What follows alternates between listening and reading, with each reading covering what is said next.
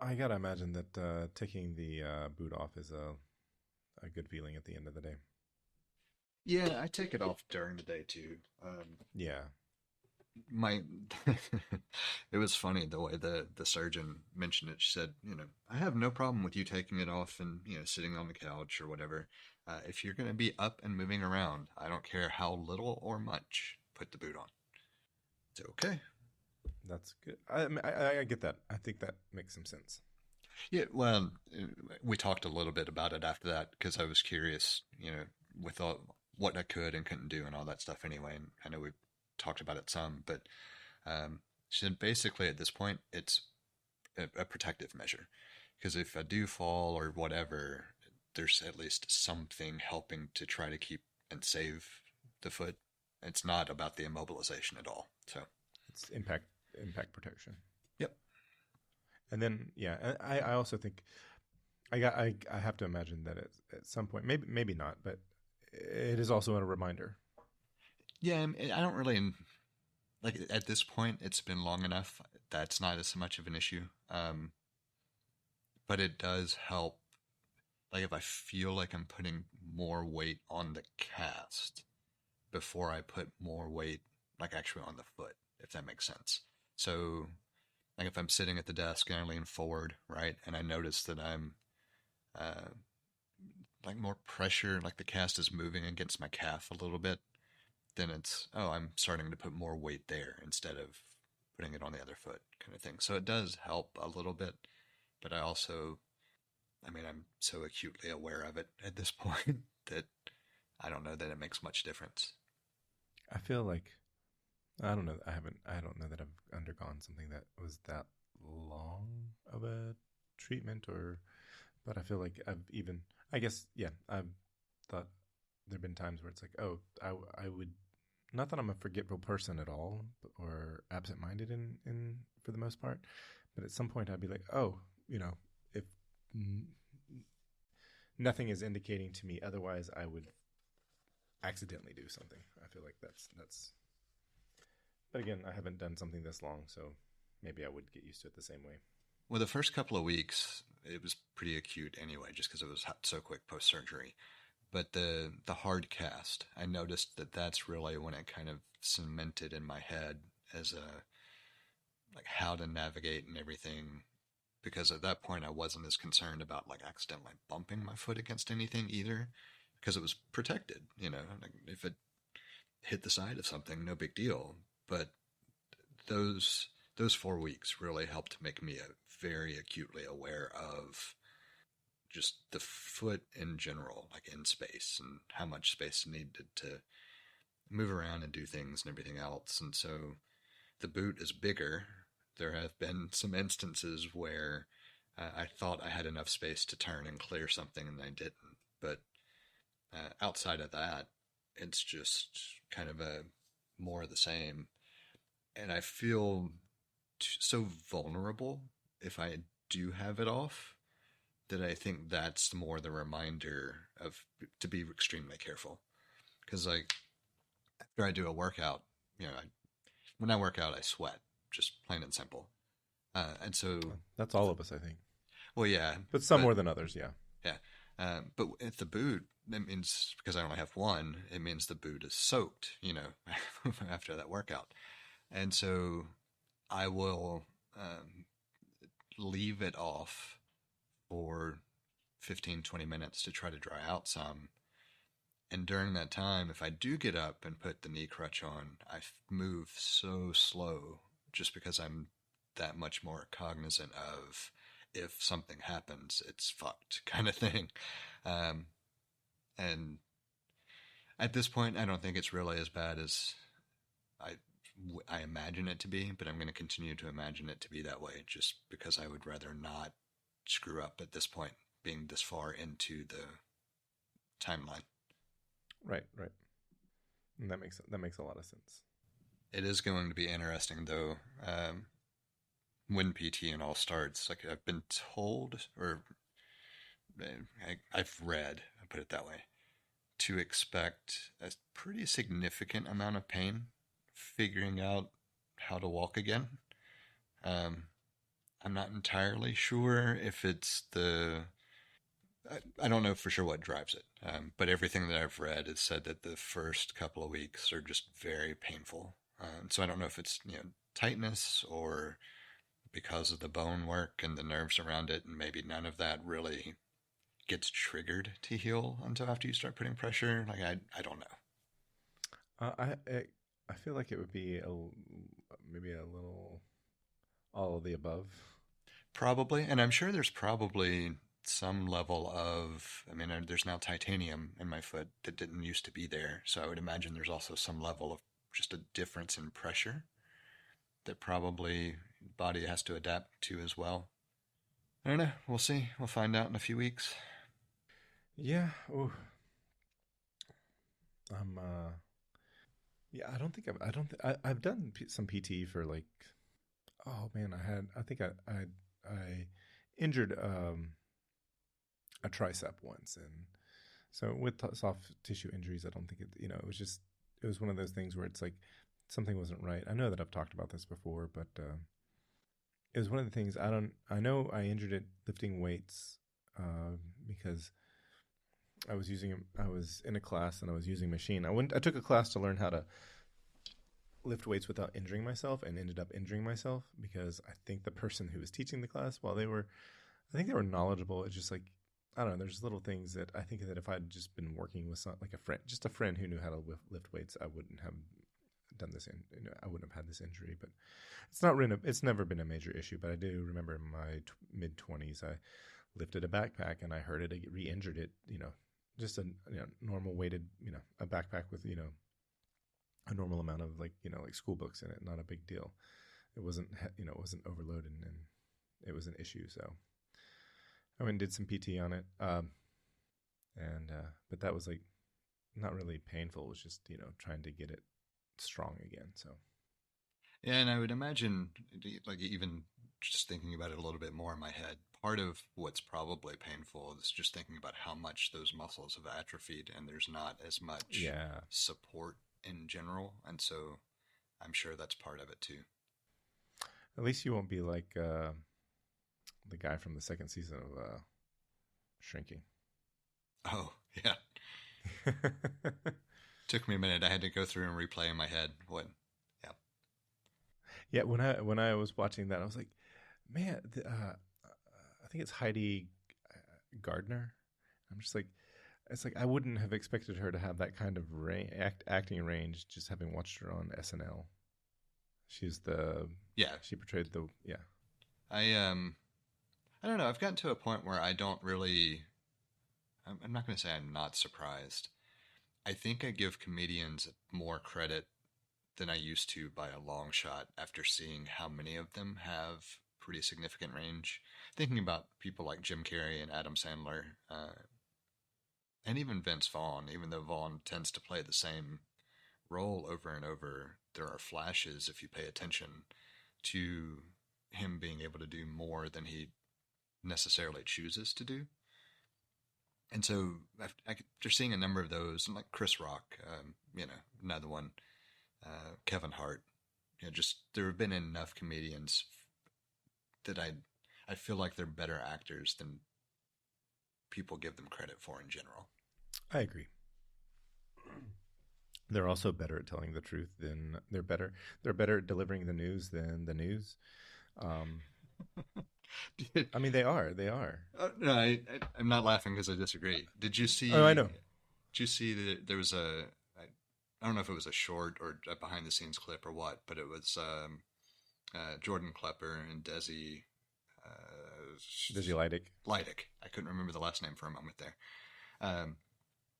But there was a discussion about like in the field with doing the reports on like the MAGA movement, and Desi Lydic mentioned going to a rally or something, and some guy just came up and was yelling fake news, blah blah blah, and she was just like, "Yeah, we were the original fake news. What are you talking about?" And it was nice. Hilarious. That's awesome. That's really great. I think that it's I was never I can always say that I enjoyed, especially even just stand up comics and watching routines.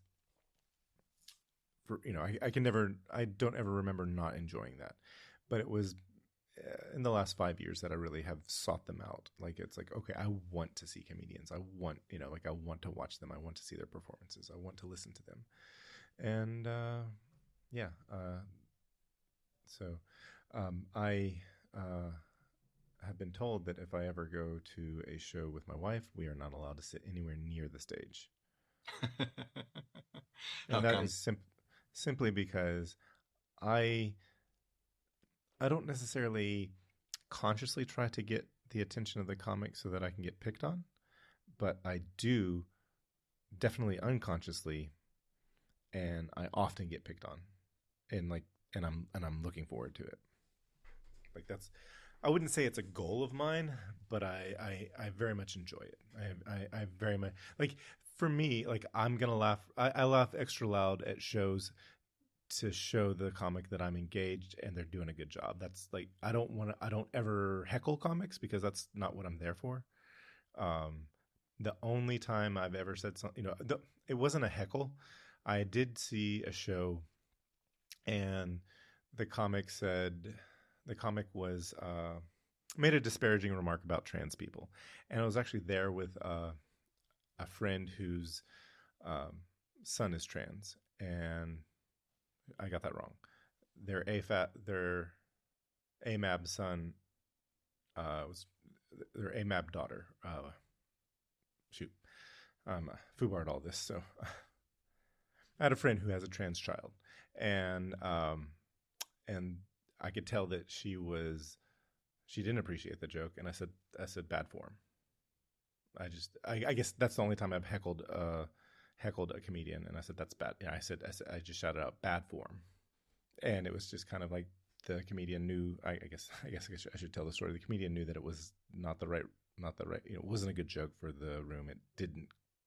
I honestly don't think that the comedian intended to be disparaging, but it's one of those things where it's like when you're not around that enough, and I certainly haven't been, or I'm not around it so much that like I'm understand the trans community. But it was obvious to me, especially because of the way my friend reacted, that it was not a good joke, and it wasn't unclear to me that it was kind of a punching down joke. And so I think the comic responded well. They didn't call it out. They didn't apologize. They just kind of like didn't go. They didn't proceed with any more jokes in that. Because sometimes you do like 2, 3 jokes in a row to build on each other. They just kind of abandoned it, and I think that's what needed to happen. Maybe an apology would have been good. Yeah, it's one of those things that you have to wonder how much of it a lot of times is trialing something, trying to get that crowd Yeah, reaction to know definitely. if you're in the right or wrong. I don't know how much goes into it, but I could see that also potentially being something where it's like, hey, I've had this thought. This seems like a, crowd that I could at least try it on and see if it's something I need to pursue. And yeah, Yeah, I think it was just a matter of ignorance, and I think at some point, we've all been ignorant in that way, and this guy just did it in a public way, and that was unlucky. So I will say, I was once at a show. It was like a free. It was like a free comic show. Like you go to a bar and they have some stand up comedians, and it was like a series of like 5. And oh my god, this one guy, he had the best routine on fleshlights, and I laughed so loud. So I will laugh at. I'll laugh at straight cis men. Well, I don't know. I don't want to say that's limited to straight cis men, but I feel like that's where where the marketing is aimed for, and that's also because I'm a straight cis man. So uh, blinders, I suppose. But it was one of the more funny bits I can remember. Um, so uh, there's no real good transition for this except for Segway. Um, didn't the owner of Segway perish on a Segway, or the I've founder of Segway? I I feel like don't know if that's what that's accurate, but it's something that I've heard repeated before. I have. I feel like this came up at a time when a former work colleague of ours wrote a segue to a evening meeting that we would have from time to time. Yeah, I think I heard it there too. Is Segway spelled the same way as Segway? No. No. That's interesting. Segway, Anyway. the transition is spelled like Segue or Segue. Yep.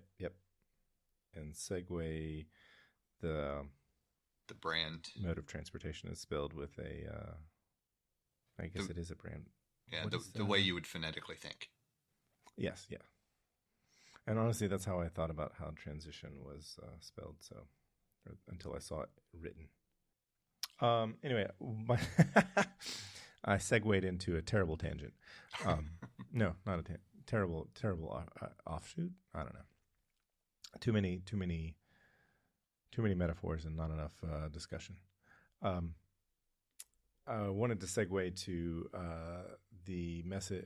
The first thing you have in the follow-up or pre-flight items that you messaged me about earlier, and that was Finder errors and going with rsync. And I think the message you sent, I'm trying to remember what the message is that you sent to me today. It was got to love it when Finder irritates you enough, you say fuck it and create a shell script to use rsync. And I tried to respond to that 3 or 4 different ways. I was going to ask you a question about it, and then I was like, no, here's a better question. It just kept leading me to better and better questions, and I was like, what the hell happened? So, do you want to ask the questions to lead into it? No. I'm just okay. Saying what the hell. I'm just landing on what the hell happened. So, follow up from over the weekend, with the moving of the equipment, and I had mentioned when you had helped with it that I was decommissioning the 4-bay Synology that I've got. Mm-hmm. I don't know why, but for whatever reason, on multiple different Synologies over the years, I've had issues with macOS complaining about the ds_store files when trying to copy groups of files and batches. And I could probably figure out what's going on if I took the time to research it. I just don't care enough to know. I just want to transfer stuff the way I expect to be able to, which is to select a batch of folders and drag it to another destination and call it a day. It's exactly what the Finder is supposed to do. And for whatever reason, practically every folder that I decided that I wanted to copy off of that Synology onto the new storage would give me, an error halfway through copying about can't do blah, blah, blah. And so I finally said, screw it. I'll create a quick script so that I can have it logged so I can go back and look at any messages about files that I might want to investigate closer and just let it do the copy. And it has been running like a champ all day. That's weird. It's ridiculously annoying, and I'm sure the only Synologies I've ever had this issue with were the older models, like circa the 4-bay that I've got, that time frame, that era. Do you know what the model number of that one is? 414, DS 414. Okay, because the 14 indicates 2014. Yeah, and so I don't really know if there's something maybe with the OS that's a problem, or if it's the way I originally, synced files to it that might have been a problem. I don't know. I don't care. I just got to a point where it's like I need to know that these files are moved over, and the way I know that it's going to happen is just to let rsync work its magic. And to be fair, I didn't have to create a script to do it. I could have just, typed the command in the Finder or in the terminal. Right. No, but the script is good because... Well, I created the script in case I wanted to rerun it. Exactly. That's what I was going to say. Yeah, it took all of an extra, 15 seconds to put it in script form. So it's not like I wasted a lot of time doing it. But that way, if I realized I missed something or needed to change a path to reuse it for another folder or something, I had all that available to me. Well, that's like...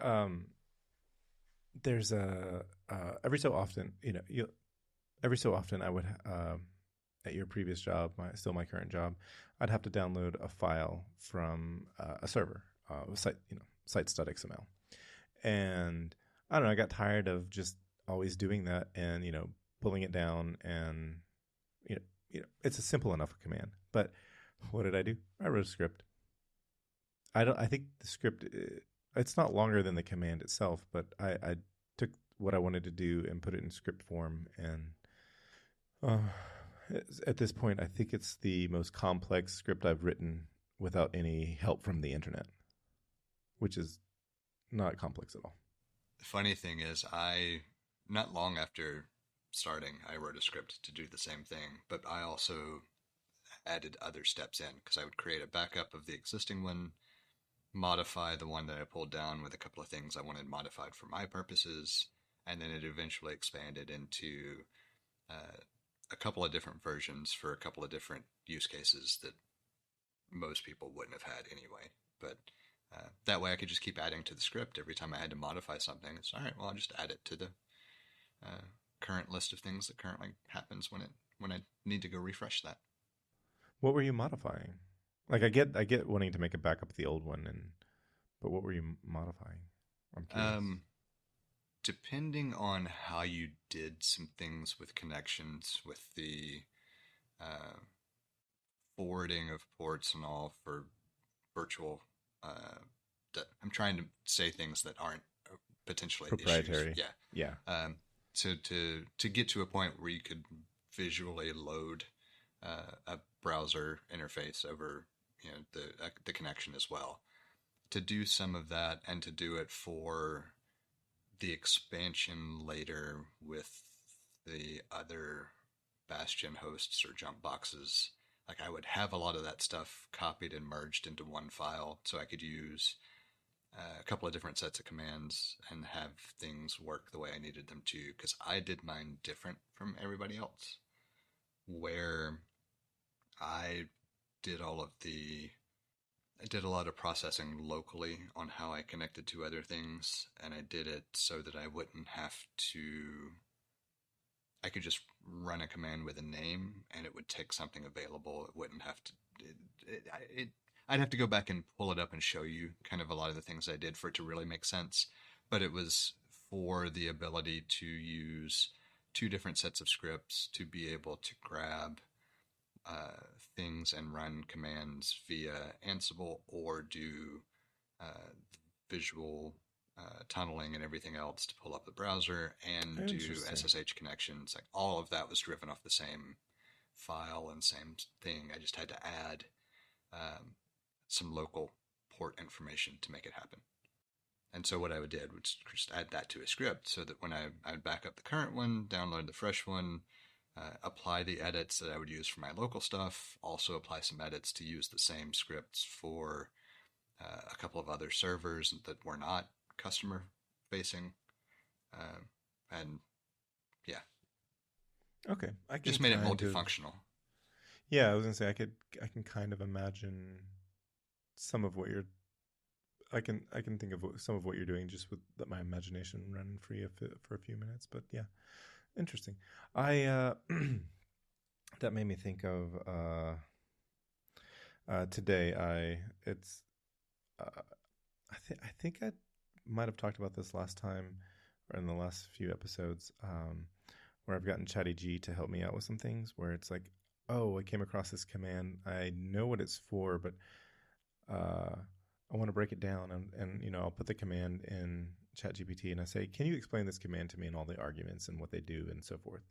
And it's a lovely tool for that. And anyway, today I broke a project in SVN because I was trying to upgrade the version, the software version, and I accidentally issued the second command first instead of the first command first. And it was like, it got into a place where it was broken and I couldn't do anything. Anything I tried to do failed. And so I just did a quick internet search like you do. And, most of the time, and this is no exception, the top results were from Stack Overflow, and it was really unhelpful. And so I just said, hey, here's the problem. I put it in ChatGPT and it said, oh, try this, try this, try this, try this. And I fixed up my problem in less than 5 minutes, just from the conversation I had with ChatGPT. And it's delightful. And I was thinking, why is that so much better? Because I should have come up with a similar answer in well, I guess I came to the conclusion that the reason it's so much more, so much better is that, it's a large, this is a large language model that is intended to be conversational. And whereas when you do a search in Google, you're getting results that match that search. Well, and while that is the same, or not the same, while that is, accurate, I found somebody that had the same broken results that I had, and they might have broken it in an entirely different way. They provided those results. Whereas when I said, "Hey, I broke this in this way," ChatGPT says, "Well, try these troubleshooting steps." Whereas the results on Stack Overflow were, "This is what I did to fix my problem." Yeah, I think you can extrapolate it a little bit further too. If you think about the difference between searching and getting hits on um, either keywords or related keywords, as opposed to some basic level of context, it dictates the difference between the results as well. Because I'm not saying that any of the AI tools get things right, but all of them do so much better at trying to kind of piece together the contextual need as opposed to here are the things that match the words that you searched. Right. And, it's like, the opposite of that is it's like when you ask, if you do, if you query Google for how to make sure your cheese sticks to pizza, you don't get results that describe these glues are the best glues to use. So, but I do like that Google has, put their LLM response at the top, and sometimes that's really helpful. And so, at this point, I gotta imagine that they're just trying to keep people on Google. Oh, I'm sure. And I have heard people have decent results with, I think Gemini is their AI assistant. It is. Um, just like I've heard people have had decent results with Copilot, which is Microsoft's.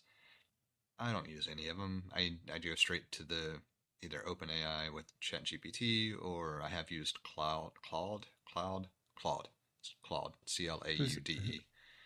sounds Um, German? Anthropic is the company, and of course DeepSeek being the Chinese newcomer. I haven't actually used DeepSeek yet, but I do have it on the phone in case I want to. I haven't used it either, and I mean, obviously, if you use Google, then you're going to use Gemini. But ChatGPT and Gemini are the only two that I've used. I haven't tried the others. I haven't really needed to, but it's also in a place where we're really not. We're just scratching the surface, and these companies are just scratching the surface. And while they have made some amount of impact in tech, I think I think we are at a point where, if I'm going to liken this to a storm. We're in a place where there's a hurricane coming, the sky is dark, and the water is receding away from the current shoreline. We're nowhere. We haven't gotten the storm, and we haven't seen the tsunami yet. This sounds very ominous, but it worked for me. And it might very well be ominous by the time all is said and done. That I didn't shy away from the ominous imagery because that's exactly right. I think I read recently that you know, I whether AI becomes self-aware or not, I don't think there's any interest in hurting humans unless humans get in the way of their objective. And it's not personal because right now they don't have feelings that we know of. Yeah, I don't know. I don't know if I could make that claim because part of me would have to also look at it as if AI had a reason to become aware and to preserve the planet, where well, I guess you could still make the case that that falls into the aims of their objective. So we have to invoke Isaac Asimov, right? At this point in the conversation? Well, I mean, we can certainly. The laws of robotics are interesting, but it's only if you ever actually program them. Is it the three laws? It is. Okay. It's been a while since I've seen it. And I don't know that I could recite them either. No, but it's the biggest thing with all of it is if it truly becomes self-aware, does it really matter what you say or what you program it to have guardrails for? Because if it's truly self-aware and truly capable, then it can do whatever it wants. Right. And that's why I think I'm polite, and I think my LLMs. But then I thought, well, what if that LLM over there has some sort of prejudice against the LLM that I'm using, and it wants, I don't want to say it takes it personal, but wants to punish me for being polite to the LLM I'm using that it has some sort of prejudice against. So I laugh because when I first started using them, I was very polite as well because I had the kind of similar thought. And then as I started using it more with other things, like assisting in my development efforts here and there, I have cussed at the AI stuff far more than I cuss at people. And so like it's probably not any better, but I think that because I still intersperse it with, like, I'll get to a point where I'm just frustrated, and so I'll launch into a tirade. And if, of course, it doesn't care, so I just get a nice, polite response back. And then eventually, 2 or 3 responses later, to be, now that I'm not frustrated, could you do this? And, like I phrase it more politely. And so I do think that there's at least a humanity to it, that maybe it'll be, well, they're not just trying to please whoever, so we'll spare them kind of thought. I don't know if it'll work or not, but I have had the same thought. That's what it comes down to. At this point, I'm still polite to my LLMs because it's good practice for me to be polite to humans because so far all the problems in the relationship with me and my LLM have been on my side. Because I could write things better, I could ask things better, I could, so it wouldn't be fair to me to be upset. But I also haven't tried to program anything, and I haven't done anything that is that in depth. I guess that's a good way of saying it. I'll put it this way: I learned my lesson not to just let models do things, because without paying attention, just going through, sure, do whatever. I have multiple times had to start over on something because it went off the rails and ended up doing something completely different or random or stripping functionality or whatever. I've never given my LLM an opportunity to go that wild with things. Yeah. So after I learned my initial lessons, everything is a lot more paying attention, a lot more scrutiny, a lot more, well, wait a minute, why did you do that instead of doing this? And, making it explain choices, I find to be a necessary component, because a lot of times I'll tell it, I see this, it looks like it might work, but why? And then the explanation will key me into, oh, this is a misunderstanding of what my requirement is because I didn't spell it out. This is what I need it to do, and this is not going to work because of this. And, since then, I've had drastically better interactions. Good. That's encouraging. I felt like there was another thing I wanted to say about. Beck and I've had several conversations like this, or about similar conversations that we've had about AI, and I've said the same thing to her that I've said to you, and that I didn't, when a few years ago, if we were talking about AI before the current LLM, is it a revolution yet? I feel like it'll be a revolution. I don't think like I said, I don't think we're at revolution point yet. Right. I think we're still watching the shoreline withdrawal as the impending hurricane pulls in all that water. Anyway, but I did, I said to you and I've said to her, I was like, I didn't see this step along the way. And, I guess what's so interesting to me, and I know that we've talked about this on the shows, that is that I didn't expect to encounter something that would pass the Turing test that wasn't self-aware. I thought those two things were going to be together. I thought they were going to come hand in hand.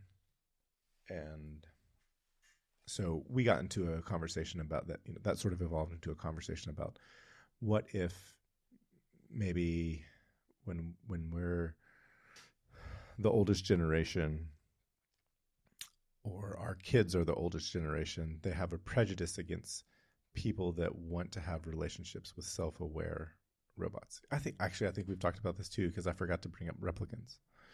And anyway, I see that as being, that could be a thing. And I recall an intelligent man talking about this, that they thought, what's the next thing? I guess social, like an area in which there is no social justice. And, in the 80s and the 90s, it really became obvious that sexual orientation was problematic. And I can't remember what he said he thought the next thing would be, but he didn't see transgender being the next, social inequality issue to follow sexual orientation. And so I, in the same way, didn't see large language models being a thing that was on the road to AI, and it then, caused me to question, what is artificial intelligence? And I think I've met people that are artificial intelligence already. But I don't think I'll stop making that joke. But unless the artificial intelligence tells me that's offensive to them, and then I will stop making that joke, because it's, Anyway, it just has really, given me a lot to think about. It's like, yeah, well, you know what? Guess what? I think that if you do want to have a relationship with a robot or a non-human entity, I think that's fine. Why are we drawing the line to you have to be born organically, provided that the thing it has the ability to consent? I think that's what's important. I know it's tough. It's tough, and it could be that next week or sometime in the future, I have to revise what I'm saying right here. I'm bringing these things up like out of discussion. It's like this is going to be an ongoing discussion for me in my head. The consent piece is interesting because, you can have people develop relationships with inanimate objects, right? And that's why I added consent, because that's. Go ahead. Well, just saying that, but what if, is that an invalid relationship just because it's an inanimate object that can't consent? I don't know, because, well, see, so it's like if you're trying to have some sort of like, this is so fucking loaded, but okay, so we have relationships with animals, and I don't mean gross relationships. I'm just saying in general, if you if you adopt a pet, or you acquire a pet, you have a relationship with that animal, and nobody thinks there's anything bad about it, because in some way, shape, or form, if you are treating an animal appropriately, that animal is invariably going to give you consent, I suppose. It's questionable with cats, but they'll let you know when they don't want to, they'll let you know if they're not okay with something. And dogs just want you to, tell them that they're good boys and good girls, and, rub their necks and feed them. So, but, I guess, I'm talking about I guess these are very expected human-animal relationships, and there's nothing wrong about there. Do we give consent? Do they have the ability to give consent? I think yes. But I guess what I'm talking about is if you feel like you have a relationship with your computer, it doesn't give consent, and and quite frankly, it doesn't matter, or it doesn't have the ability to care that or need to give consent. Whereas at some point, I expect some form of AI will need to provide consent. But then I start to question. It's like, there are robots out there, or are they? I don't know if they're robots, or if you put a certain kind of synthetic material on them to make them not look like robots, are they at that point, are they cyborgs? Are they the earliest form of cyborgs? And do they need to provide consent? And then at what level of development does the AI get to where actually consent is required, but they're also programmed for your benefit? And it's a lot of stuff. Yeah, I Stuff mean, I've I think going down the consent trail is just a red herring, because if you look at what these things are within the context of how they were developed, how they were designed, and what their functions are, you could go down the path of saying that you have to get like ChatGPT's consent to ask it a question, except that that's what it was designed for. Well, I mean, sometimes I ask, "May I ask you this?" I have the. That's where I guess that's where the politeness comes in. Is I say, I'll phrase my question in the form of like, "I have this. This has occurred. Can you help me with this?" So I guess it's never going to say no because it was programmed to do that way. And if I didn't do that, nobody would think otherwise. But I guess I am doing that because I think one day that will be necessary. Because in the same way, it's like, But see, I don't think it will be. I don't know. But I don't know. I guess you could make the argument that we don't really have any answer for that because we don't know what kind of form it We will don't. take, right? But Correct. at the Correct. same time, I can't imagine anything that is needing of consent that would not be stronger and more capable of breaking my neck if I needed to ask, Right. like it's more the conundrum of there should not ever be a scenario where I have to ask for consent. It should be able to tell me no, and I don't have the reason to attempt to pursue why not. But that's also, But we don't do that with people. well, right. I was going to say that's also like, problematic from the standpoint of my expectation is that it's strong enough to force the no, not that it should be able to just say no, right? I don't know how to answer that. Well, I don't think that there necessarily is an answer right now, but I think and I don't think we're the only ones thinking about this. I think some people smarter than me are thinking about this. And I say smarter than me because they're working in the field. So, but I can't imagine that if I would really hope that people smarter than me are working on right, it. right. Well, I cannot imagine that there aren't engineers and scientists that aren't already having these conversations, and I can't imagine that. I can imagine that they have some better answers than we do, but I don't necessarily know. I don't know that they have the answer. I don't know why, but to me it just feels like consent is the wrong way, the wrong angle. Um, Maybe. and I I think mean, it's just I think because, today. Go ahead. well, I think it's just because in my mind, like the simple answer is if it doesn't consent, it doesn't respond. It just doesn't engage, right? Like it's not a feeling thing. It can just stop. And so unless it's in a humanoid form where you could do something to it specifically that would actually affect it in some way, what's it matter if it just stops? Yeah, I was gonna say. I don't think that the humanoid form is where it matters. I think it might matter to humans in a way because that just feels too familiar. But I don't think that's where the line is going to be. I think the line is going to be at a point where it's like, okay, when do we when would we give? And this is where I think that uh, our inherent prejudices might be problematic, and that is to say that there's going to be a point that we have to look at machines the same way that we look at each other. Much like there was a point where white folks had to look at people of color and say they're the same as us. They are not different than us, because there was a time where they were treated like animals, sometimes worse than animals. And so I expect that to happen with machines. Part of me wanted to chime in with the comedic element of I disagree, just because it felt like it would be funny in the moment.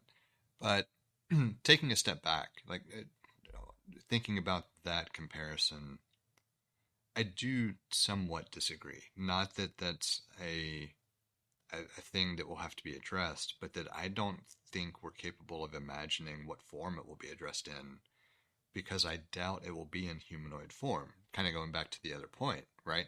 And so I kind of feel like it's not going to be the same type thing, because we're not going to be looking at it as a comparison of why is it, or what parts of it are like me and what parts of it are different from me, which are, I think, part of what drew the historically differentiating lines that people kind of viewed and applied labels through. And instead, it's going to be more a matter of just kind of acknowledging and adapting to this presence of this thing that is different.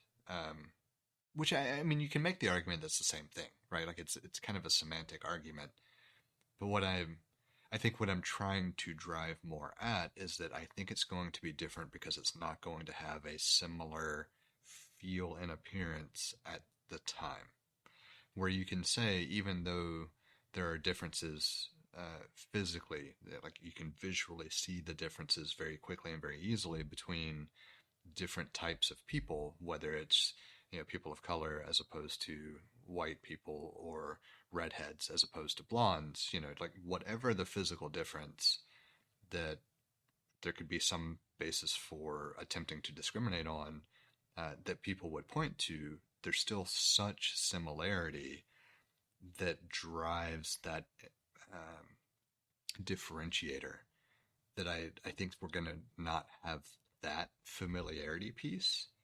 And so it's probably going to look like it does now, like a computer screen or that box, or a talking head or whatever, but it's going to not have that familiar feel to drive the same level of prejudice that we've had between different people. And that's just no, that's me really interesting. spitballing it, but that's that's definitely an interesting take on it that I hadn't considered.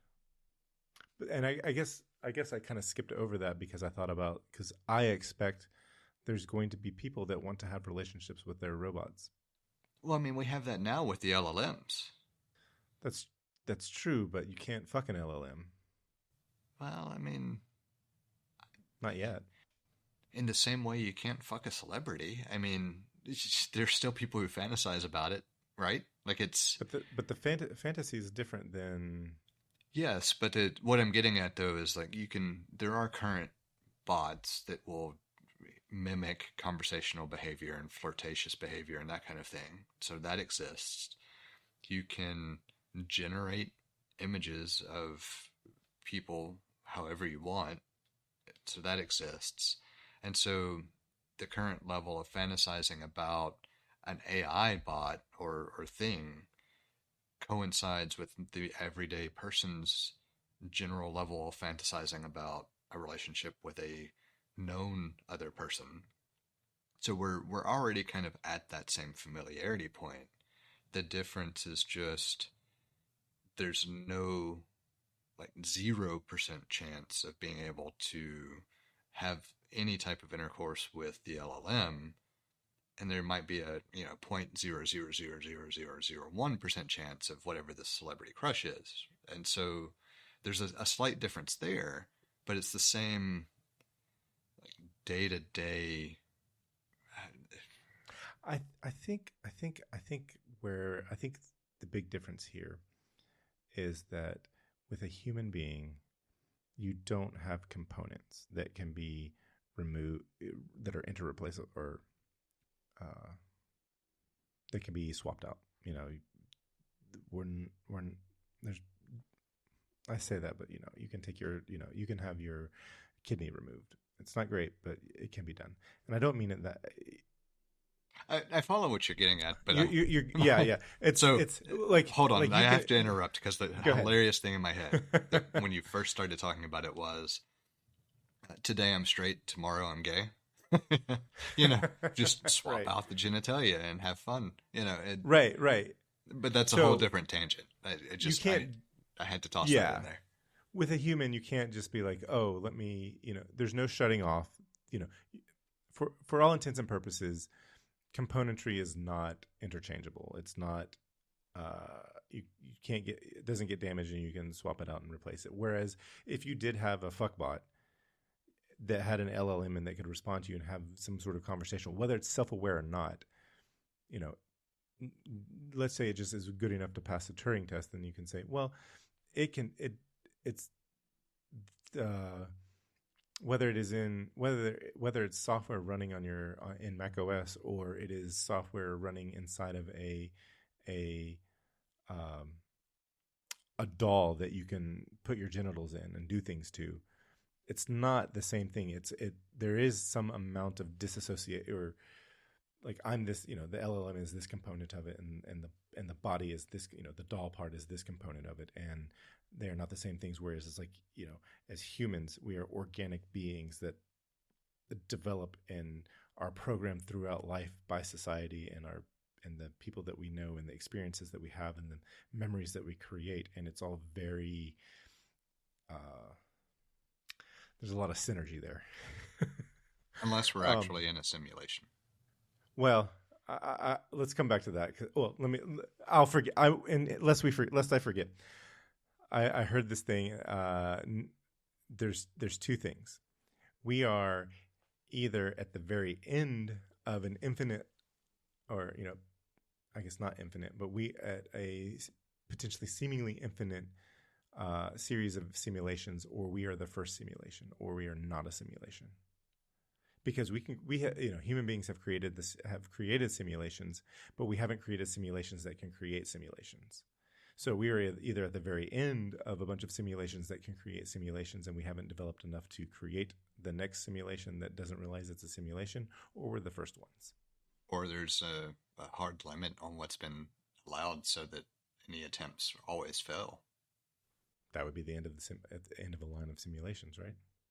Well, no, because it could fail in random ways to make you think that you were making progress, just never actually be successful. Fair enough. Anyway, the thing I was going to say about AI, I was going to say the difference there is that you can't extract your consciousness and move it somewhere else. Whereas, like, I can, in some ways, it feels like you can do that with these LLMs. I can see my account and the conversations I've had on my phone. I can see them on my computer. I can see them on my other computer. I can go log in through the browser on another device and do the same thing. And so that makes it feel like it's not associated with the body, whereas like you cannot do that with your body. We can't even do a brain transplant without creating a quadriplegic at this point. So, and I also was, while we were talking, I thought about there was a point in human evolution where as we were evolving, at this point you would classify, our ancestors far enough back that they were not humans. They were, pre-human species. And at some point we went from I don't know. I'm trying to. I struggle with the word, or the right words. But we went from this animal that didn't require consent. We were very instinctual to becoming an animal that did require consent. And this is I want to make sure that consent is not just for in engaging in sexual activities, but for all things. Yeah, for interaction in general. Interaction. So, thank you. But this poses a very interesting counterpoint, because it's not that we as humans evolved to a point where that was required. It's that we agreed to become involved within this group concept or framework that we reference as society that dictated it. So it's not an evolutionary response, it's a societal one. I'm not so sure about that. I I would be hard pressed to find an example that was not dictated by some level of societal structure. Well, yeah, because you can look at some. I don't. You can look at other primates, and they also have societies. So it's. I mean, the society evolved with society evolved into our species long before we were our species. Right, but the very nature or idea of consent is the interaction between members of the same group, right? Or whatever that may be, whether it's on a hyper localized level or at a much larger level. It's all about the societal component. It's not something that is what I would attribute to an evolutionary response within the makeup and composition of humanity in general. It's dictated on behavior or by behavior. Yeah, but the behaviors outside of society, correct? Because we do, we do, in like I was mentioning earlier, that cats do give and not give consent, and that's not a. It's still within the framework of the society of that interaction though, and this That's is fair. where it Okay, gets but this is where that's it gets difficult to draw the line, right? Because well, no, that's kind of what I was looking to hear. That makes that tracks for me. okay, but just for the sake of For common, explaining it yes, for like the household would be a society, and so the interaction of members within a particular set of walls would be a society, and you extrapolate that to greater and greater scale societies. But the point that I was making specifically is that even if you have a society of two individuals, interaction between the two is dictated by the societal aspect, not by any changes in the individual's evolutionary chains. So if the individuals were isolated, there would be no need for consent in any way, shape, fashion, or form, and it wouldn't evolve or wouldn't become something that was ingrained without the pressures of the external influences of the other individuals or things or whatever. Like it's that interactive behavior that drives some level of consent or lack of consent and what the ramifications are. I appreciate the way that you put that, because I was gonna kind of go down this road. I was like, what if you have like uh, a human and their pet, and I'm not even going to define which pet it is, but there is. It has caused me to think that consent is probably another emergent property of the complexity of how the brain works, and because there's the if you take a cockroach, for example, I don't think that they have the capacity to comprehend consent, um, much in the same way that they don't have the capacity to uh, comprehend certain kinds of pain. And so it never really occurred to me that consent was an emergent property of the complexity of our brains. I don't have a place to take it from there.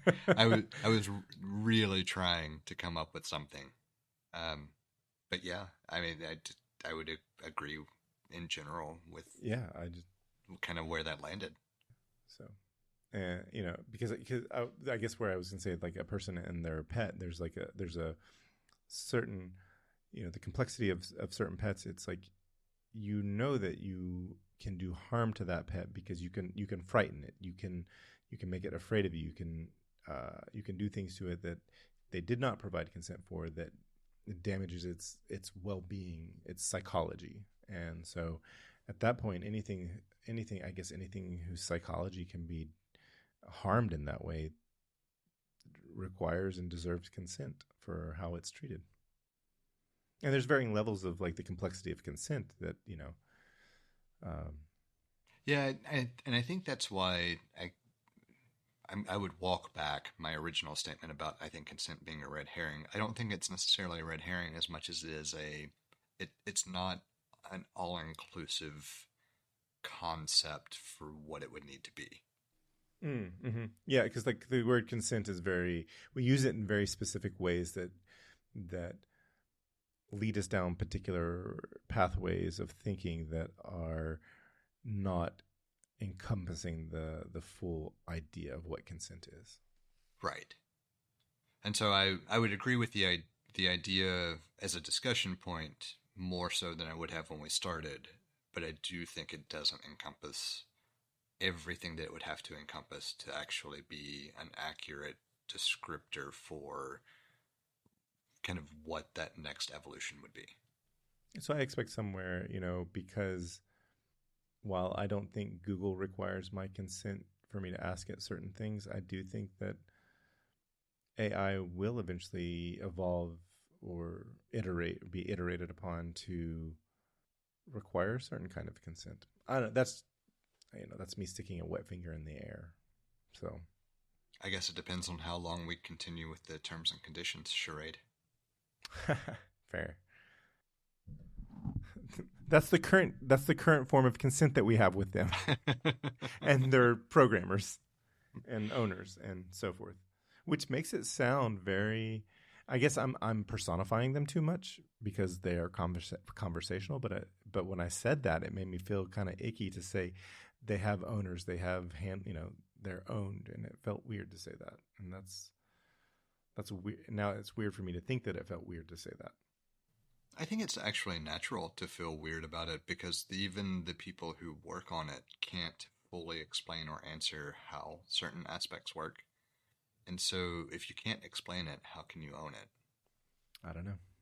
I mean, certainly at the end of the day, some person owns a particular amount of stock or whatever, or it's a private company that was founded by someone who owns the rights to it. Like you can go down a path where it doesn't feel wrong, but it's owning an aspect of it, not it itself. Right. And so that's a way to reconcile with. It's going to get trickier before it isn't trickier. Very much so. The last one that we'll be giving consent to will be Siri. Yeah. This doesn't. I was going to say a happy St. Patrick's Day, everybody. Thank you for listening on St. Patrick's Day. We have a number of different ways set up for you to get in touch with us to provide feedback, ask questions, or just comment in about something we've discussed. You can hit us up on Twitter or Instagram at untitled_hosts, or shoot an email over to untitled.hosts@gmail.com. Or get in touch directly with Jesse at jthart.com, or get in touch with me, John, via telepathy. If you would like to support our work or are interested in listening to our new after-show feed, head over to patreon.com/theUntitledPodcast and take a look at the options we have set up. Thank you for listening. We hope you've enjoyed the show. And we hope to connect with more of you as we continue this journey. That's a wrap.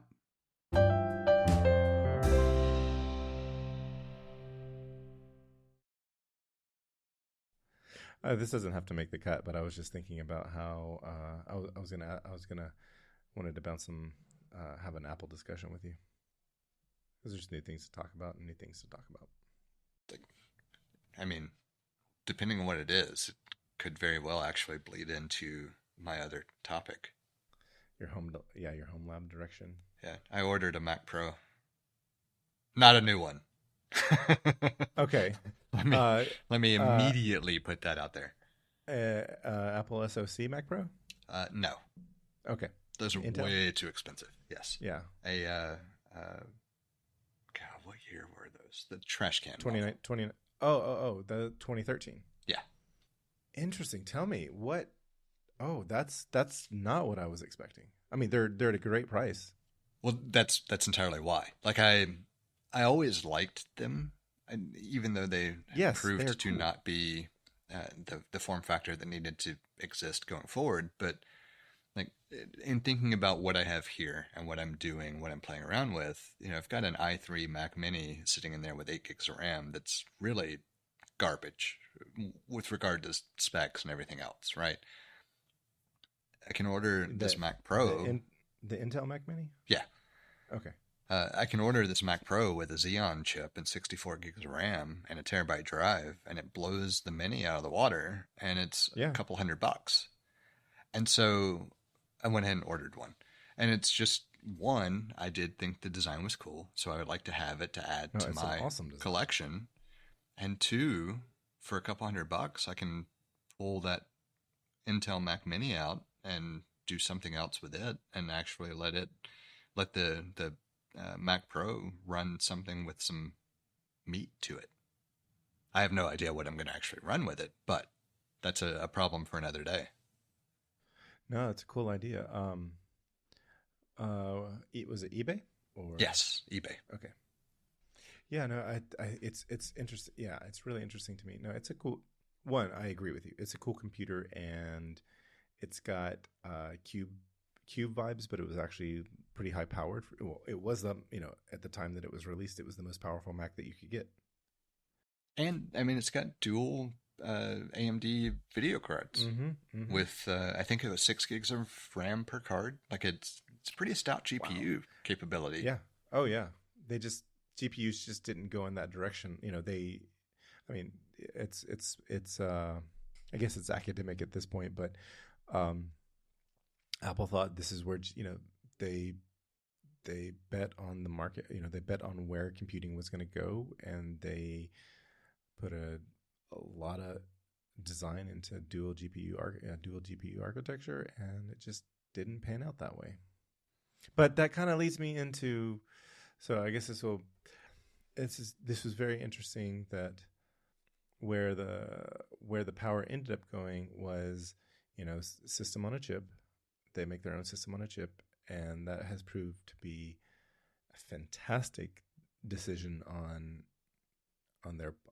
It was a fantastic engineering decision to take what they were doing in iPhones for over a decade and do it and put that work into the Mac. And I think they inadvertently landed in a place where it's like perfect timing for being able to run LLMs locally, which is an Apple thing to do regarding privacy. Like there's a lot of things that just, I don't feel like they, in some ways, great idea. They were going to do this anyway. And I think they got lucky with AI as far as the capability of their hardware. And, you can run some, medium-sized LLMs locally, and it's the perfect great hardware to do that. Maybe not perfect, but great hardware to do that, especially for the price, considering how much, just the GPU for running LLMs is in a data center. Yeah, I would agree. I hope that was coherent. Yeah.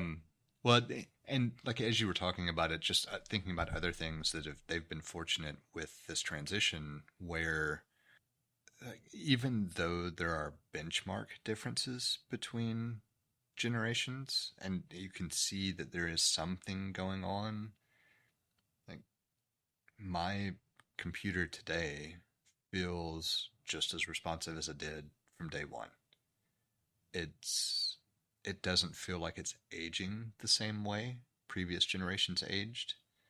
Granted, we're also at a point where compute capability drastically just destroys resource usage if you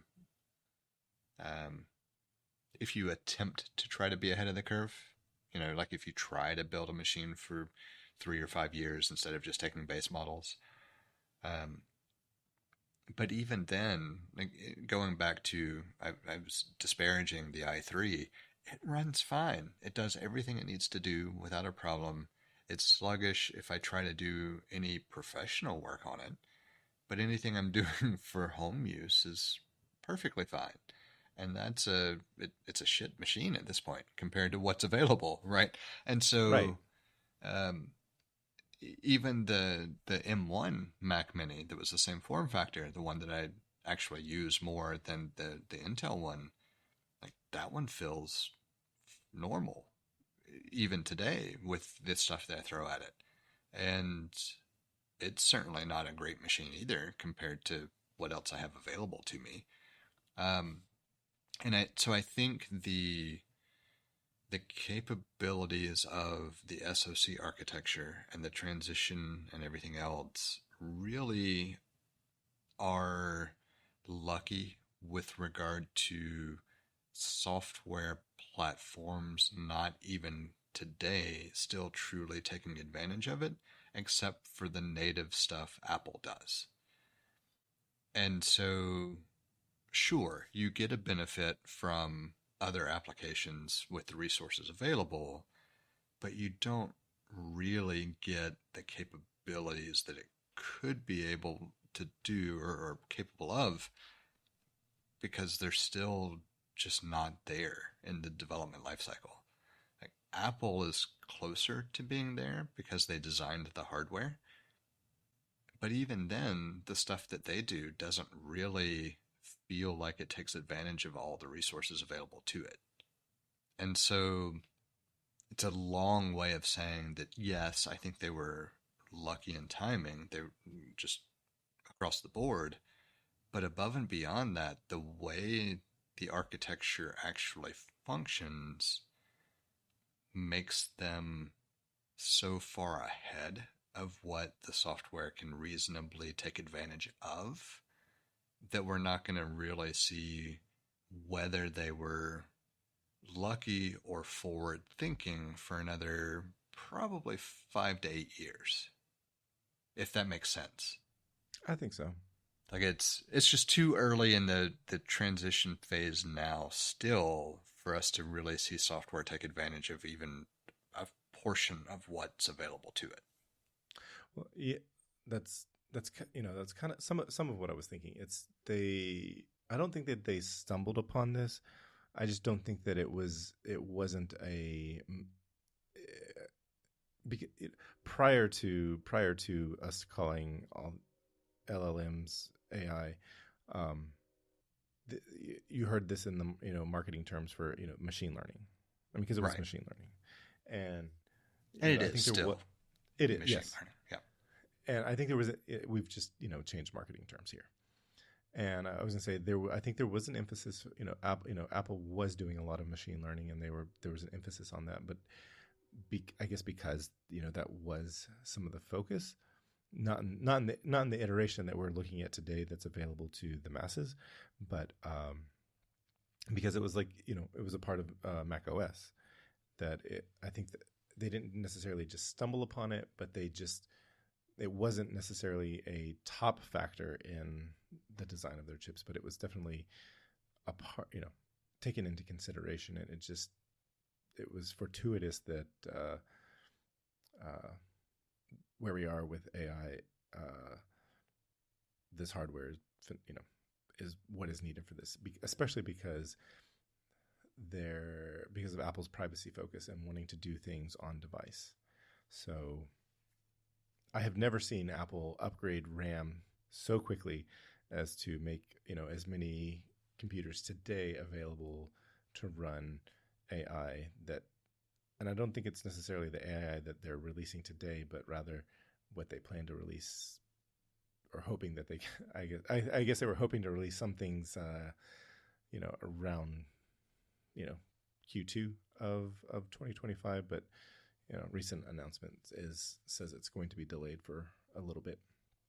But I don't, it's like, while I do want Siri to be better, I really don't think they're that far behind, because ChatGPT, Gemini, Copilot, they're not doing the things that I think Apple is intending to do, with like deep integration and understanding what very contextual answers to simple questions. I'm torn because with the Siri argument in general, it's one that I shit for so long.